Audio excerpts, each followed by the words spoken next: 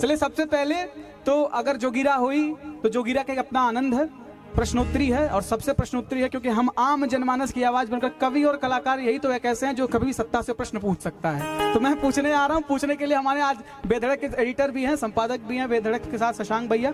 लेकिन भैया नेता कौन है सबसे पहले बताता हूं, मैं कुछ लिखा हूं। और सारा रा रा जोगीरा सारा रा रा गाइए, सारा रा रा जोगीरा सारा रा रा, अरे सारा रा रा जोगीरा सारा रा रा। ओ कभी इधर है कभी उधर है चाहिए सर पर ताज, कभी इधर है कभी उधर है चाहिए सर पर ताज। रुको, किसके लिए है ये नेता लोगों के लिए मैं बात कर रहा हूँ, आ जाओ। अरे कभी इधर है कभी उधर है चाहिए सर पर ताज, अरे कभी इधर है कभी उधर है चाहिए सर पर ताज। असली नेता उसे ही मानो मौसम जोले भाव, जोगीरा सारा रा रा रा, जोगीरा सारा रा रा रा, जोगीरा सारा रा रा रा। शुरुआत किनारे से करें। अब किनारे से आइए और कैसे बताइए भैया, ये पहले यही सवाल है यही कि मौसम भाप लेते हैं कैसे आप लोग? कभी इधर है कभी उधर। भापने का सवाल नहीं, सवाल है सिद्धांत का। अगर पार्टियां अपने सिद्धांत से भटक जाएंगी तो हम लोग जनता की सेवा करने आए हैं और जनता का सेवा के लिए जो उचित प्लेटफॉर्म होगा उसका तो नेता चुनेंगे ही। चलिए तो जो बताइए। जब पार्टियां अपने मूल कर्तव्य से भटक जाती हैं तो हमारे जैसे लोग उनको रास्ता दिखाते हैं। और देखिए, नेताओं का कर्तव्य सिर्फ पार्टी के प्रति वफादारी नहीं होता है। जब तक आप जनता के नैतिक मूल्यों के प्रति वफादार नहीं हैं तब तक आपकी नैतिकता नहीं मानी जाती है। तो जनता के नैतिक हितों की रक्षा और उनके भविष्य और समाज के भविष्य के लिए आदमी को सही चुनाव करना पड़ता है। चलिए धन्यवाद। तो जवाब तो इन्होंने दिया है।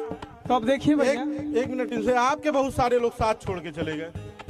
नहीं, आपसे कोई साथ नहीं छोड़ा है। अरे बहुत सारे विधायक छोड़ के, केवल सरकारें छोड़ के चली गई। केवल अवसरवादी लोगों ने साथ छोड़ा है। तो अवसरवादी लोगों की कोई बात नहीं करनी चाहिए। वो कल जब हम फिर सत्ता में आएंगे तो फिर हमारे पास आएंगे। अंतिम सवाल भाजपा से हमारे पास है।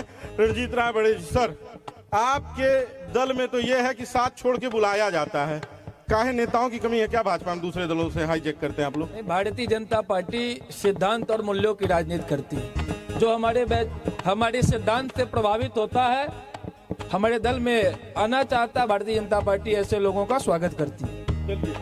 आते हैं दूसरे जोगीरे से। लेकिन तब तक मेरे साथ भी गाइए, सारा रा रा जोगीरा सारा रा रा, जोगीरा सारा रा रा, अरे सारा रा रा जोगीरा सारा रा रा। सीधे कांग्रेस की तरफ अब चलते हैं। अब की बारी फिर से राहुल गांधी नारा फेल, अब की बारी राहुल जी का नारा फिर हुआ फेल। ऐसे गिर चलता ही रहा तो सत्ता कैसे भेंट, जोगीरा सारा रा रा रा, जोगीरा सारा रा रा। अमित जी बताइए, इस बार भी राहुल गांधी का नारा फेल? जी, नारा कहीं फेल नहीं है और जनता के लिए संघर्ष हो रहा है, सबको साथ लेकर के चलने का प्रयास हो रहा है। और एक समय आएगा कि ये प्रयास रंग लाएगा और तब हम ही सत्ता में होंगे। खुशहाल सत्ता होगी, जनता खुशहाल होगी, सब लोग एक साथ मिल करके और होली मनाएंगे और सब बढ़िया चलेगा। चलिए, तो मतलब इस बार सत्ता में आना है 29 में कि मतलब है तो समय है, इंतजार करिए। भी 1 साल सरकार का पूरा होने जा रहा है, लेकिन माहौल दिख नहीं रहा है। बिहार में चुनाव आने वाला है, सत्ता में आ ही रहे हैं, लेकिन जो सत्ताधारी है वो सत्ता जा रही है उनकी। और बिहार चुनाव में क्या धीरे धीरे हर जगह आपको ये सत्ता से बेदखल होते चले जाएंगे।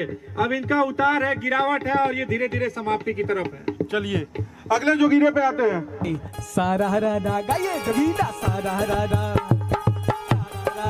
जोगीरा सारा रा रा, भाई सारा रा रा, जोगीरा सारा रा रा। अब सीधे प्रश्न चलते हैं हमारे नेता प्रतिपक्ष के तरफ जो प्रदेश में बैठते हैं। और अब क्या सवाल है आपसे जोगीरा के माध्यम से, लेकिन जो तालियां सबसे अच्छा तो ये लग रहा है शिवेंद्र भैया, आज आप समाजवादी पार्टी का प्रतिनिधित्व कर रहे हैं और आपकी तालियां मुझे बड़ा संबल भी दे रही है कि लग रहा है प्रश्न कितना अच्छा आएगा और उतने अच्छा कॉन्फिडेंस से जवाब भी मिलने वाला है। इसलिए फिर से ताली हो और मेरे साथ, अरे सारा राधा सारा राधा जोगीरा सारा राधा। बाबा जी के सत्ता में अपराधी हैं ये मौन, बाबा जी के सत्ता में अपराधी हो गए मौन। टीपू भैया जाति पूछ कर कहते हैं ये कौन जोगीरा सारा रा रा रा जोगीरा सारा रा रा रा।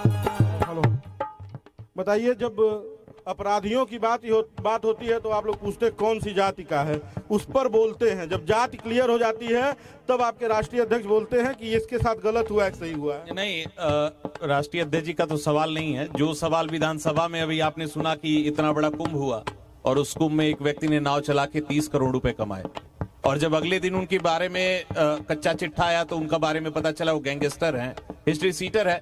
तो मुझे लगता है कि इसी तरह के खोखले बयान भाजपा देती है और दूसरों पे। और रही बात जातिवादी सवाल कौन पूछ रहा है, तो मैं तो ये कहता हूं कि माननीय नेता सदन से कि वो सूची पढ़ दें, जिन जातियों की सूची पढ़नी है, जो टॉप 10 अपराधी हैं उनकी सूची पढ़ दें, विधानसभा में ये स्पष्ट हो जाए।